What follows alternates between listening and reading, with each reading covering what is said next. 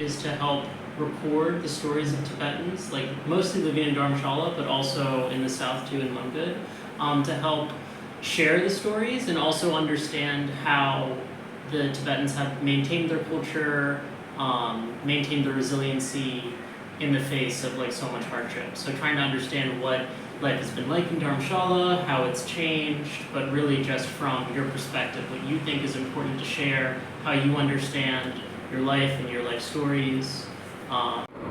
In today's video, we went to interview Kama, the one that you met some days ago, where we were looking through his sketchbooks, the artist.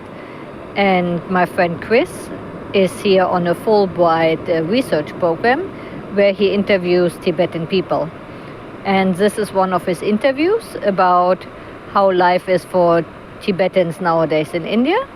And I hope you will enjoy it. It will show you some of the Tibetan struggles and about the daily life. I obviously don't show you the full interview, just some clips of it, and I hope you get a little impression about the Tibetan struggles and have fun with it. So art is always something with me when I was very small,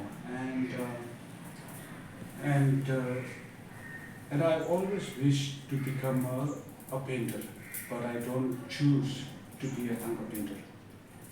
And then as I grew up, I like class 4, I completely submit myself that I'm orphan. And so since then I was a troublemaker. After that realization, so like basically every step that I took after that realization, it's a trouble in school. So then I have lots of anger issues. So we learn a lot of things about what is happening in Tibet and all of those things. So I used to blame everything of my misfortune to China. Yeah. So I clearly remember that I never wished to become a monk because I want to kill a Chinese as much as possible. I want to take revenge. Yeah. And so I have a lot of anger issues, but also I'm a bit confused because the painting and killing since doesn't work together. So then, but anyway, because many of my classmates, they want to join also a military. So I just carry on, and in my mind, I'm trying to justify that you can kill and you can do art. So that is my justification in my mind to go to military. So it was, in the beginning it was quite, when I started it, activism in Nepal, I started in Nepal.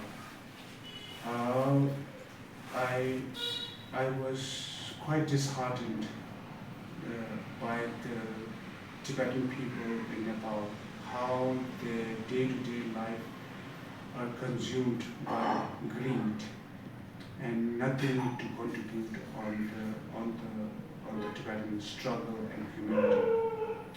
And I was also disheartened because many Tibetans in Nepal, they are direct responsible. I'm not naming them, but you can research on it. They are the direct responsible of looting Tibet. Yeah. Not all the Tibet treasure was looted by China. It was also looted by Tibetans themselves. So, and the Nepal is the hub of that. So there are lots of smuggling happening, and many of the smugglers are Tibetans. Yeah, and they are super rich, and so also disheartened by that. And So that's how I feel like, the political stability of Tibet is deeply important for the future of Tibet. Yeah, it was organized by Tibetan Youth Congress. It was started in 10th of March 1998. It was started with, of course, with the anger issue and also with a sense of revenge and also with a sense of desperation and also with complete necessity of future political stability of Tibet is necessary to solve all the issues. So, of course, the main factor to take a participate in a hunger strike,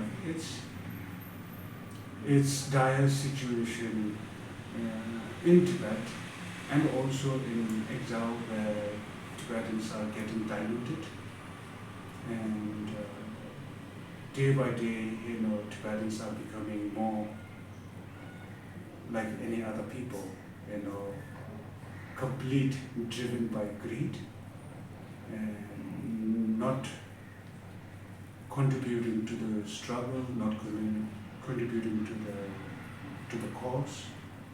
And so these kind of feelings that I have, and also I'm ready, I'm ready to take a step where it can even cost my life, and that again, the good thing about this, I have nothing to worry about.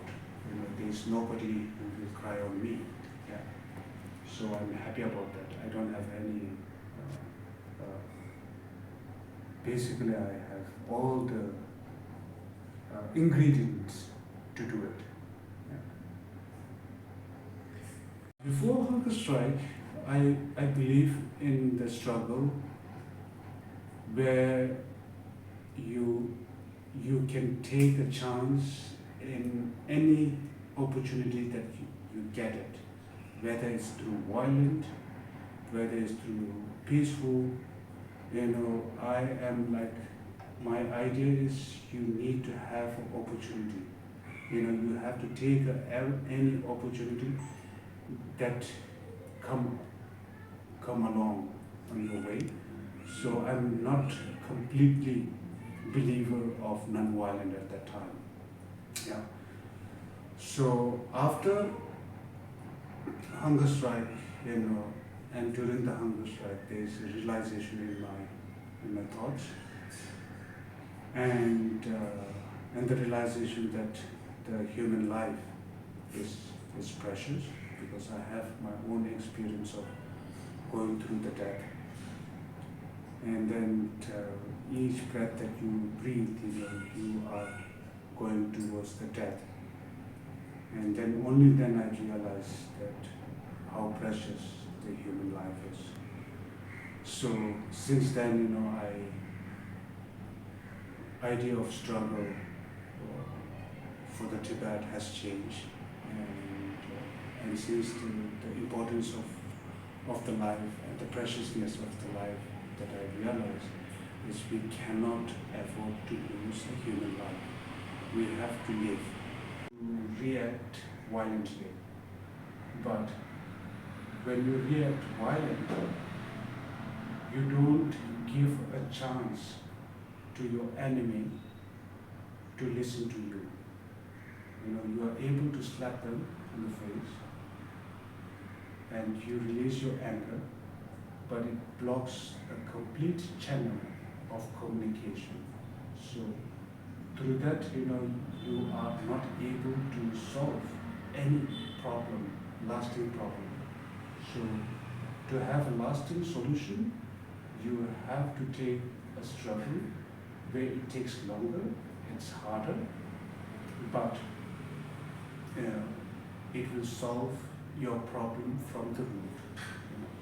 That's how I, through the hunger strike, I got all these changes in my life. Right. You spent some time at a monastery where you met your wife. Is that Mhm. correct? Yeah, so I, when Indian authority forcefully take us to the hospital, I was ICU for 36 hours, yeah. And then I stay in the hospital for almost 1 month, yeah. Mm. Slowly recovering back to the normal me, yeah. And then again, as so often, you have to leave your own. You know, I'm a proud person. I never know how to back people, and so I got the opportunity to work in a monastery where I don't need to worry about the shelter. I don't need to worry about the food, accommodation, everything. So I went there to recover myself. So like this, I met my wife, Mona, and but at that time we are not a couple. I never believed in relationship at that time. Yeah. So we are not a couple at that time. So we became a couple much later. The impact on the community and for large, I don't know how, because I no longer care about how it impact on my local community. All only important for me is I have to do my own responsible. Yeah, I have to do my part of the responsible. Because during the hunger strike, I realized that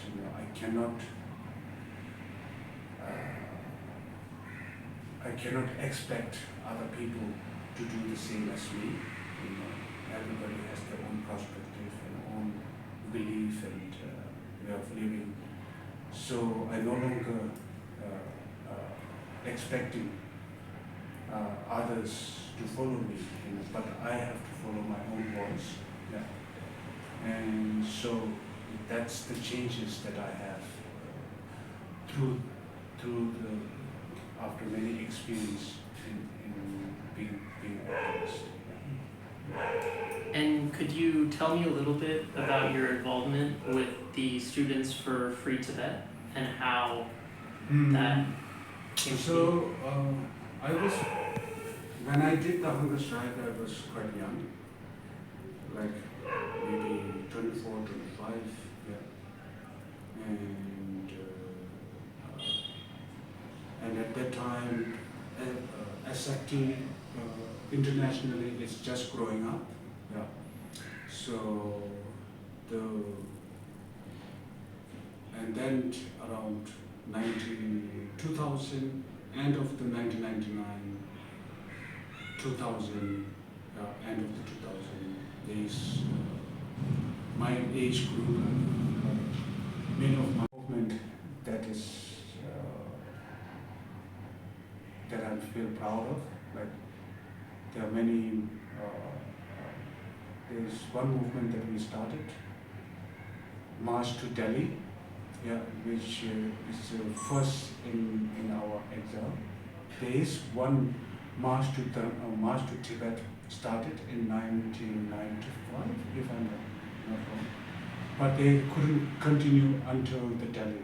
So that march was the most famous because His Holiness also joined in the beginning. Like from temple up to the Jogipara, His Holiness came in the march. But then the idea is to go to Dharamsala to Delhi.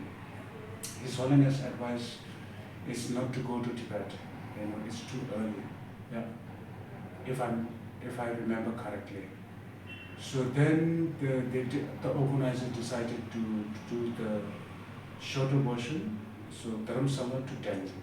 But then the halfway they wrap it up because all the marcher has to attend the function which is happening in Delhi, which was also His Holiness is attending this function. So there is a clash between the group that majority of people they want to get to the function in time, so they wrap it up the halfway. And there are the pockets of people, young people, who refuse to to wrap up the march, you know. So, but in the end, it was wrapped up, so it never happened. From Dharamsala to Delhi, it never happened. So, SFT was the first organization which successfully did it from Dharamsala to Delhi. And then we did one cycle relay. So, after the march to Delhi, we got the audience with His Holiness. Yeah. And then after that, we did the march. We did a cycle relay from Calcutta, Kanyakumari, and then Mumbai. Yeah. So altogether, again, it took us 1 year to prepare, raising the fund and everything. Yeah. So these are the movement, and then we also managed to bring all the NGO together. Yeah. And we create a movement called People's Movement. Yeah. So that is another memorable thing that we achieved as a Student for Free Tibet member. Yeah. And then we did a lot of public meetings, public gatherings, debate. Yeah. So yeah. Don't become a monk, a nuns. We remain as a common person and involve more in community building. Yeah, invest your energy in community buildings. You know, of course, you have a right to believe, you know, in any dharma, but community building is necessary.